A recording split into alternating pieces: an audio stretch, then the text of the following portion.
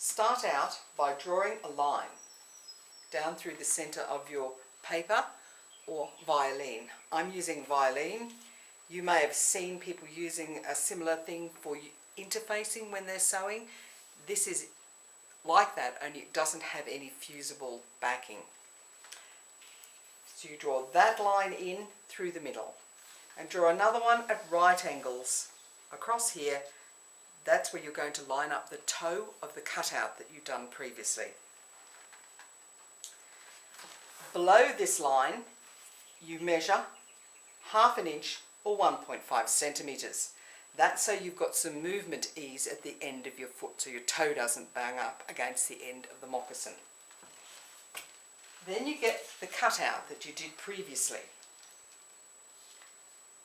And you put it with the toe against the line that you've drawn, not against the ease line, but against the first line, and you mark the length. Where that length is, you draw another line at right angles to the first line you drew.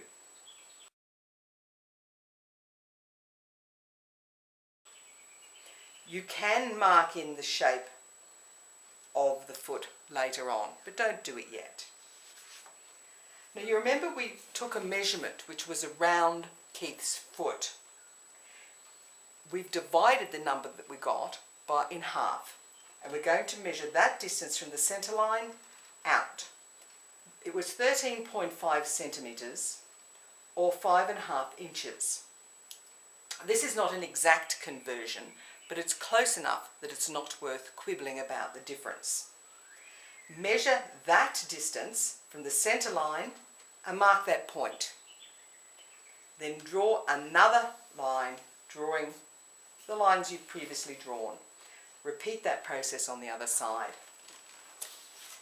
If you take 2 of the cutouts of the foot, you can see that they fit lengthwise from toe to heel, and you then line them up so the edge, the outer edge, is against that line that you drew, which is the width, the total circumference of the foot.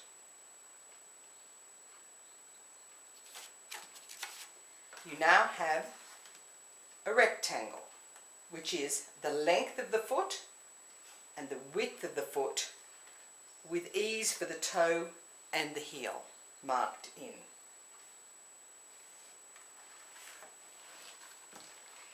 The next thing is to draw the shaping of your moccasin.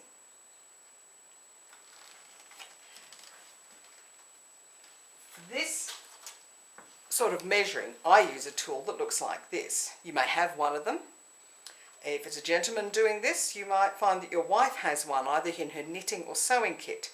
It's very handy, but not necessary. You can just use a measuring tape. This is to make sure that you've got the right measurement for the ease, because you want to add that ease all the way around the toe area of your moccasin.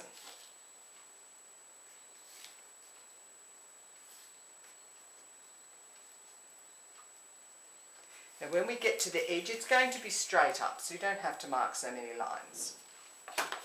Then it's a matter of freehand drawing that in.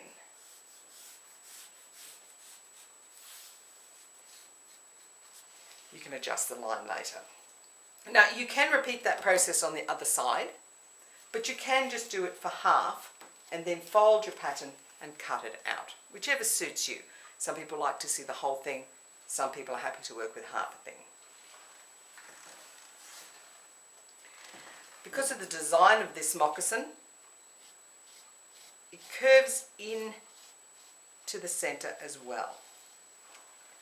If you put the foot shapes back in, you get a better idea of how that will work. Just to show you on the way it mirrors, it'll look like that. So when you're sewing, that's where you're going to sew. Even though we're making a pattern, it may not be exact when you make your first pair of moccasins.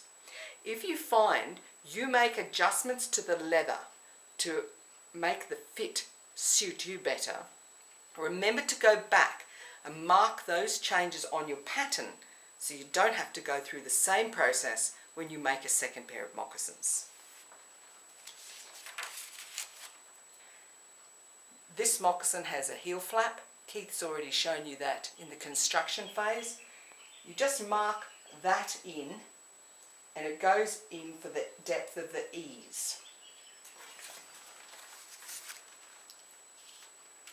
Just to run through the process again on this side, you put the foot shape that you cut out previously.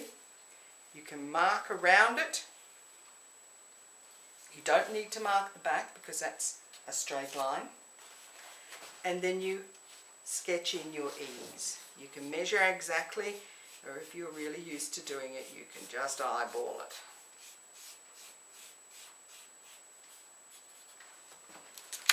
And that will be your pattern.